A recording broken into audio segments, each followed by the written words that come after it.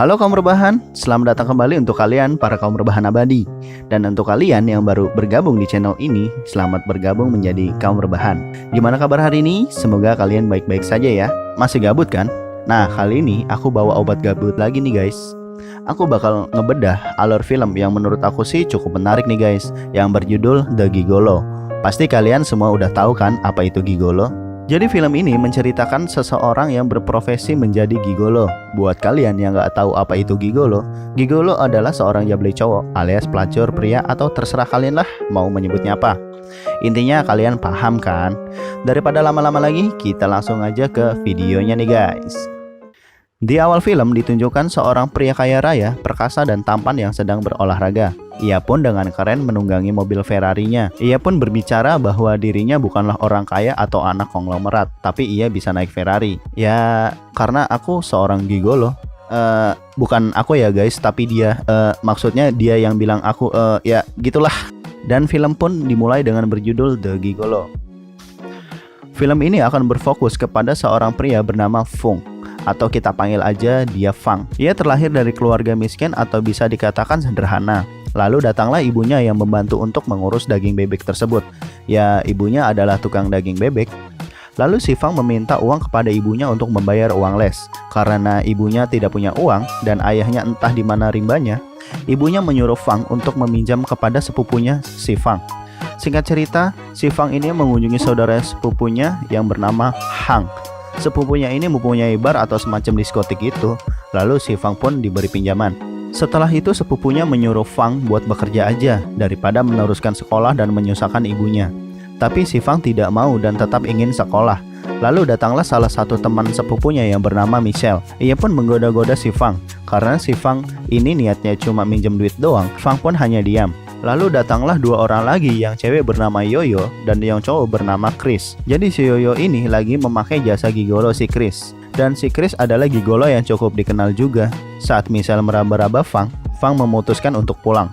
Keesokan harinya, Fang sedang bermain basket bersama beberapa orang. Fang ternyata memiliki pacar yang cantik bernama Jolie. Fang pun tebar-tebar pesona dan tunggu dulu. Kok ada jamet anjir di sini? Wah, jamet kuproy terkenal sampai luar negeri ya. Hahaha. Lalu si Jolie ditawarin main ke pesta sama Peter. Jadi si Peter itu kayak berandalan sekolah gitu ya guys. Jolie pun menolak dan ingin main ke rumah si Fang aja. Si Peter langsung kesal dan akan membalas dendamnya. Singkat cerita, saat Fang dan temannya di loker, temannya menemukan sejenis narkotika di lokernya Fang. Karena ada guru yang menghampiri, temannya ini langsung menyembunyikan benda itu di celananya si Fang. Guru itu mengecek lokernya si Fang dan si guru nggak menemukan apa-apa. Si Peter pun kebingungan karena benda haram itu tiba-tiba hilang dari lokernya si Fang. Sepulang sekolah, si Fang pun pacaran sama Jolie. Fang pun mengajak Jolie menonton kaset. Dan film ini film biru anjir.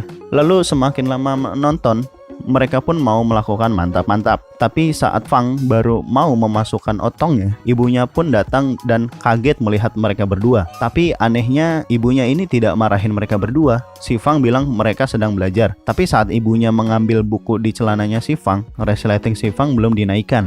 Habis kau Fang. Dan ibunya bilang kalau mau mantap-mantap pakai kondom aja. Kasihan nanti pacarnya. Ibunya sih gokil juga ini mah. Hahaha.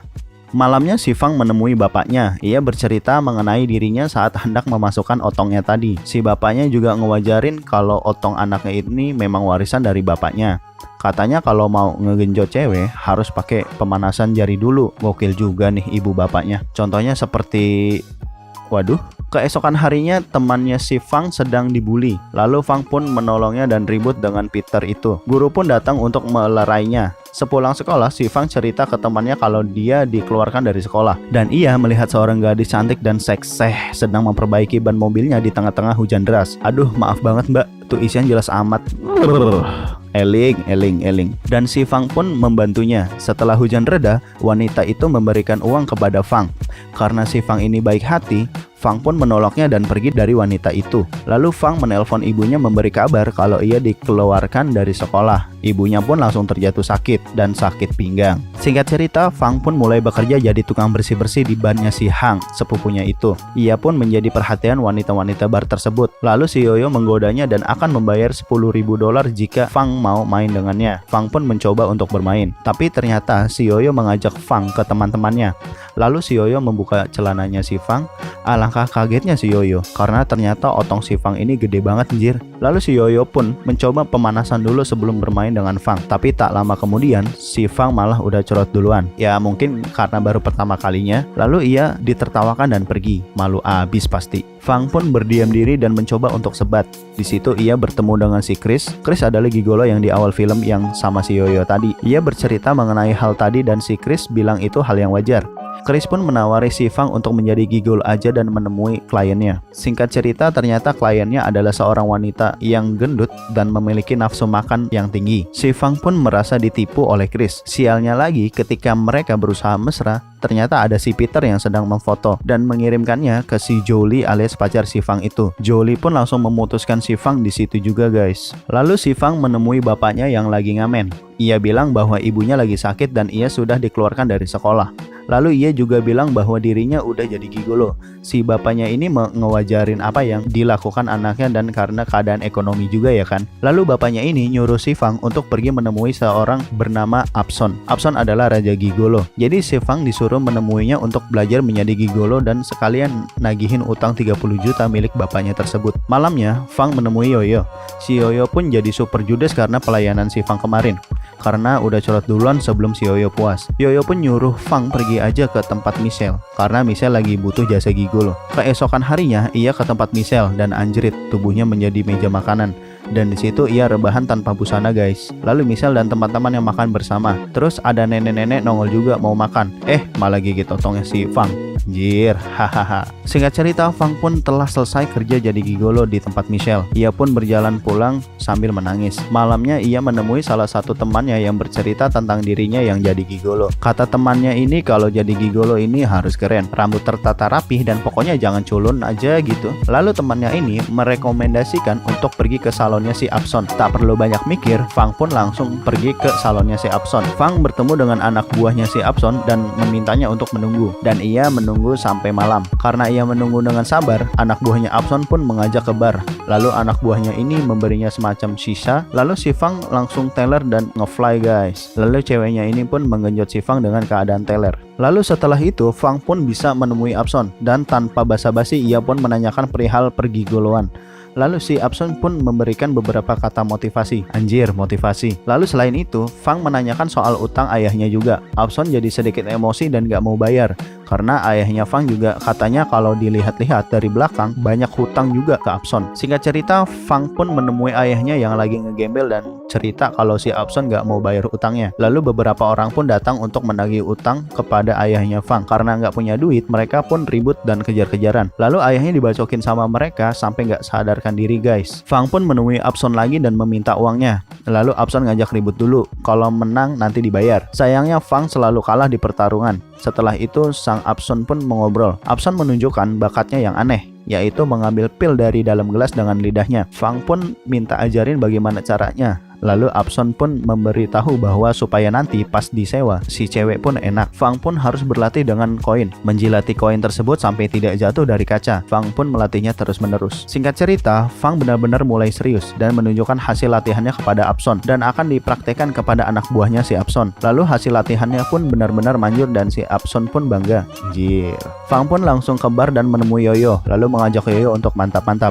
Lalu si Yoyo pun langsung terkapar lemas karena permainan si Fang itu. Fang pun benar-benar jadi gigolo yang banyak dipesan. Singkat cerita, Michelle juga memesan si Fang dan seperti biasa, si Fang pun mantap-mantap sampai si Michelle puas. Singkat cerita, Fang antar teman gigolonya untuk casting film Raja Gigolo. Karena temannya ini gak cocok, sutradara itu minta Fang untuk menggantikan casting temannya. Alhasil Fang lah yang terpilih. Dan ternyata sutradara ini adalah wanita yang di awal film yang dibantu oleh Fang tadi untuk memasangkan ban mobilnya itu. Lalu Fang pun mulai mulai berkegiatan di dunia perfilman. Singkat cerita lagi nih guys, sutradara ini bernama Chow Lee. Jadi si Chow Lee ini ngajak si Fang ke pesta temennya dan berpura-pura jadi pacarnya, dan si Fang menyetujuinya. Keesokan harinya mereka pun berpesta dan mesra-mesraan. Tapi ternyata temannya si Chow Lee ini adalah si Peter, teman sekelas Fang saat SMA dulu. Mereka pun minum-minum sambil ngobrol. Makin lama ngobrol, makin teler dan ngefly guys. Si Fang ngerasa ada yang aneh dan pergi ke WC. Lalu ia memuntahkan apa yang ia minum dan berusaha untuk tidak teler lagi. Di lain tempat, si Peter membawa Chow Lee ke kamarnya dan berusaha memperkosanya. Beruntung si Fang langsung menggetok sebuah besi ke kepalanya si Peter sampai kejang-kejang dan memfoto kancutnya si Peter yang ternyata cuma 1 cm.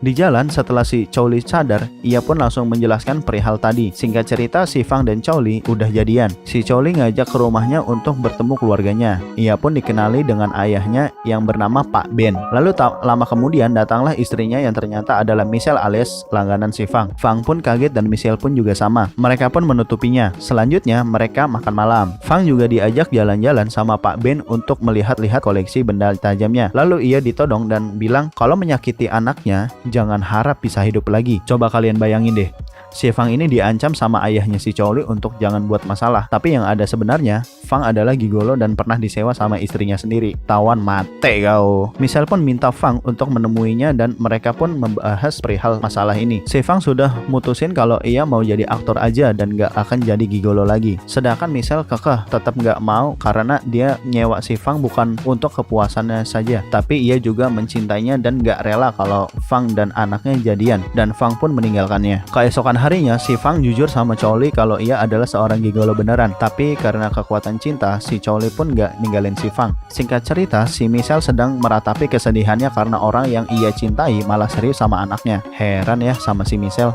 udah kaya masih aja selingkuh. Mungkin karena suaminya galak, hahaha. Dan Michelle pun teler dan tertidur dengan laptop yang menyala sambil muterin videonya sambil mantap-mantap sama si Fang dulu. Saat tertidur pulas, Pak Ben suaminya pun datang dan melihat isi laptop itu. Saat jalan berdua, si Fang diculik dan entah dibawa kemana. Sin pun berpindah ke rumah Pak Ben. Ternyata itu perbuatan Pak Ben. Pak Ben pun marah-marah pada Michelle. Bahkan saking marahnya, Pak Ben menyuruh anak buahnya untuk mantap-mantap ke istrinya sendiri. Saat Ben hendak membunuh Fang, Chow Lee pun datang dan menahan ayahnya saat itu juga. Saat itu Chow Lee memohon untuk tidak membunuh Fang. Michelle pun datang dan menodongkan pistolnya dan tanpa basa-basi ia pun menembak kepala Pak Ben sampai modar atau mokat. Chow Lee pun kesal dan langsung menghajar ibunya sendiri. Dan Michelle menusuk perut anaknya sendiri dengan pisau. Dan si Fang pun bangun dan menodongkan pistol dan menembaknya sampai mati. Sambil menangis, Fang pun membawa Chow Lee ke kuburan. Ya enggak lah, ya ke rumah sakit. Lalu scene pun diakhiri dengan si Fang dengan kekayaannya. Ternyata setelah Pak Ben mati, ia mengambil alih semua harta Pak Ben dan si Chow Lee pun masih hidup dan film pun selesai. Jadi gitu deh ending dari film The Gigolo. Menarik banget bukan? Ayo, siapa yang dari tadi belum subscribe tapi malah mondar-mandir ke kamar mandi? Jangan sampai lupa ya, pencet subscribe supaya kita bangun channel ini bareng-bareng. See you next video.